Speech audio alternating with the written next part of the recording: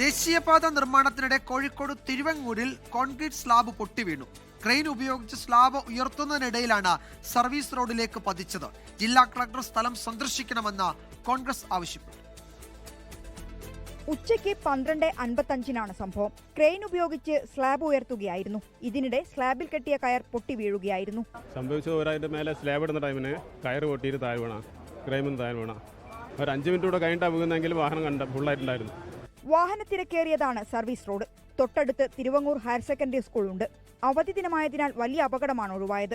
Collector സ്ഥലം സന്ദർശിക്കണമെന്നും സാങ്കേതിക വിദഗ്ധരുടെ സാന്നിധ്യമില്ലാതെ നിർമ്മാണം നടത്തരുതെന്നും സ്ഥലം സന്ദർശിച്ച DCC പ്രസിഡന്റ് കെ പ്രവീൺകുമാർ. ഈ മതിൽ മുഴുവൻ വലിയ ദുരന്ത ഭീഷണിയാണ്.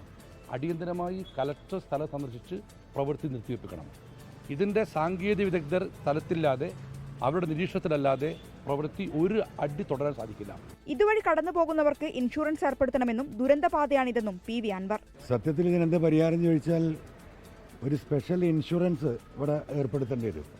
അതായത് നാഷണൽ ഹൈവേൻ്റെ സൈഡിലൂടെ നടന്നു പോകുന്നവർ കൂടി പ്രൊട്ടക്ഷൻ കിട്ടുന്ന രീതിയിൽ ഒരു പ്രത്യേക ഇൻഷുറൻസ് പദ്ധതി കേരളത്തിൽ ആവിഷ്കരിക്കാതെ വലിയ ദുരന്തം ഇതൊക്കെ ഒരു തലനാരിഴക്ക് രക്ഷപ്പെടും.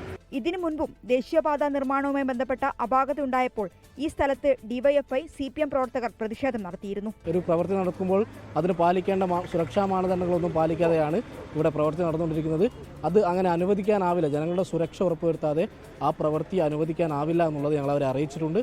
തുടർന്ന് അവർ ഉയർന്ന ഉദ്യോഗസ്ഥരെ ബന്ധപ്പെട്ട് അവരെത്തിയതിനു ശേഷം ഇനി പ്രവൃത്തി ആരംഭിക്കൂ എന്നുള്ള ഉറപ്പാണ് പഞ്ചായത്തിന് നൽകുന്നത്. നിലവിൽ നിർമ്മാണ പ്രവർത്തനം താൽക്കാലികമായി നിർത്തിവച്ചിരിക്കുകയാണ്. 24 കോഴിക്കോട്. ലോകത്തെവിടെയായാലും ഏത് സമയത്തും 24 വാർത്തകളും ഓഗ്മെന്റഡ് റിയാലിറ്റി പാക്കേജുകളും എക്സ്പ്ലെയിനറുകളും വിശദമായി കാണാൻ ഞങ്ങളുടെ YouTube ചാനൽ നിങ്ങൾക്ക് സബ്സ്ക്രൈബ് ചെയ്യാം.